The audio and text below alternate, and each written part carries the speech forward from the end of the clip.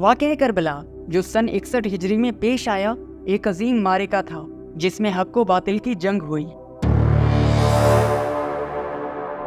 ये मारिका हुसैन इब्ने अली और यजीद इब्ने मुआविया के दरमियान हुआ।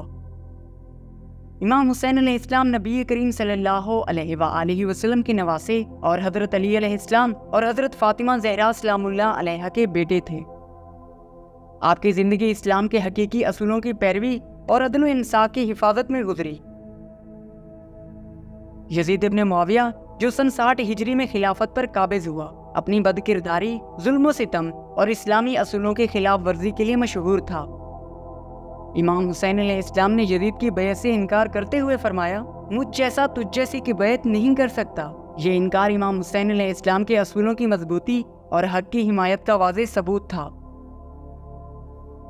10 मुहर्रम के दिन करबला के मैदान में इमाम हुसैन अलैहिस्सलाम के असहाब ने एक एक करके जामे शहादत नोश फरमाया।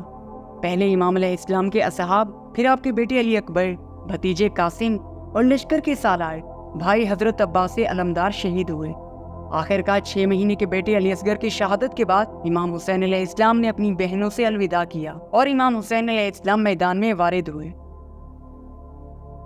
इमाम हुसैन अलैहिस्सलाम ने फौज यजीद से मुखातिब होकर फरमाया, मैं हुसैन इब्ने अली हूँ, क्या तुम जानते हो कि मुझे क्यों कत्ल करना चाहते हो? यजीद की फौज ने कहा, हम आपको कत्ल करेंगे क्योंकि आपने यजीद की बैत से इनकार किया है। असहाब, भतीजों, बेटों और भाइयों की लाशें उठाने के बाद 3 दिन के प्यासे इमाम हुसैन अलैहिस्सलाम जख्मी शेर की मानिद मैदान में वारिद हुए। फौज यजीद के सामने आकर इमाम हुसैन अलैहिस्सलाम ने मुबारजा तलब किया, लेकिन यजीद की फौज में से कोई भी इमाम हुसैन अलैहिस्सलाम से जंग को तैयार ना था। अली इब्ने अबी तालिब अलैहिस्सलाम की शुजात के वारिस इमाम हुसैन अलैहिस्सलाम का रोब इस कदर था कि फौज यजीद पर खौफ तारी था। आखिरकार दुश्मन ने हमला करने की जुर्रत की, लेकिन इमाम हुसैन अलैहिस्सलाम की जुल्फ़िकार के हमलों से सर कटते नजर आए और दुश्मन की कसीर तादाद वासिल जहन्नम हुई।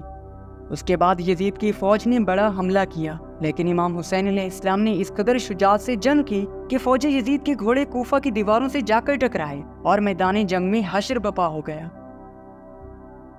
इमाम हुसैन अलैहिस्सलाम मुसलसल हमले करते रहे, लेकिन शिद्दत प्यास और जख्मी होकर थक चुके थे। यजीद की फौज पर इमाम हुसैन अलैहिस्सलाम का खौफ तारी था और कोई भी इमाम हुसैन अलैहिस्सलाम से मुकाबला करने के लिए आगे आने को तैयार ना था। आखिरकार उन्होंने तीरों और नेज़ों से हमला शुरू किया। इमाम हुसैन अलैहिस्सलाम जख्मों से चूर चूर हो गए। यजीद की फौज ने यकदम बड़ा हमला किया और हर तरफ से इमाम हुसैन अलैहिस्सलाम पर हमले शुरू कर दिए। जख्मों से चूर इमाम हुसैन अलैहिस्सलाम घोड़े से जमीन पर गिरे। फौज यजीद में से इमाम हुसैन अलैहिस्सलाम का सर काटने के लिए कोई भी आगे ना बढ़ रहा था, यहाँ तक कि शिमर इमाम हुसैन अलैहिस्सलाम के करीब आया और इमाम हुसैन अलैहिस्सलाम का सर तन से जुदा करने की कोशिश की। जब शिमर इमाम हुसैन अलैहिस्सलाम का सर काट रहा था, हज़रत ज़ैनब सलामुल्लाह अलैहा 70 कदम के फासले से अपने भाई को देख रही थी। उस वक्त हज़रत ज़ैनब ने लश्कर यजीद से मुखातिब होकर फरमाया, क्या तुम में कोई मुसलमान नहीं जो मेरे भाई की मदद करे? लेकिन लश्कर यजीद से कोई जवाब ना आया। उसके बाद हज़रत ज़ैनब ने उमर साद को मुखातिब करके फरमाया, ए उमर साद, तू देख रहा है मेरे भाई का गला कट रहा है। उमर साद ने चेहरा दूसरी जानिब कर लिया। हज़रत ज़ैनब 70 कदम के फासले से अपने भाई को शहीद होता देखती रही। शिमर इमाम हुसैन अलैहिस्सलाम के सीने पर सवार हुआ और इमाम हुसैन अलैहिस्सलाम का गला काटना चाहा, लेकिन गला कट नहीं रहा था। शिमर ने सवाल किया, ए हुसैन, गला क्यों नहीं कट रहा? इमाम हुसैन अलैहिस्सलाम ने फरमाया, तुम्हें नहीं पता, इस जगह मेरे नाना बोसा दिया करते थे। शिमर ने आखिरकार इमाम हुसैन अलैहिस्सलाम की गर्दन को पिछले हिस्से से काटना शुरू किया और 13 ज़रबों से इमाम हुसैन अलैहिस्सलाम का सर तन से जुदा किया। जैसे ही इमाम हुसैन अलैहिस्सलाम का सर नेज़ी पर बुलंद हुआ, शिमर ने फौज यजीद के साथ खैमों पर हमला कर दिया और खैमों को आग लगा दी। उमर साद ने फौज यजीद को हुक्म दिया कि हुसैन और आपके असहाब की लाशों पर घोड़े दौड़ाए जाएं। आखिरकार घोड़े दौड़ा दिए गए और लाशों को रौंद दिया गया। इमाम हुसैन अलैहिस्सलाम और आपके साथियों के सर नेज़ों पर बुलंद किए गए और खैमों को लूट लिया गया। यजीदी फौज ने ख़वातीन और बच्चों को कैदी बनाकर कूफा और शाम की तरफ रवाना किया।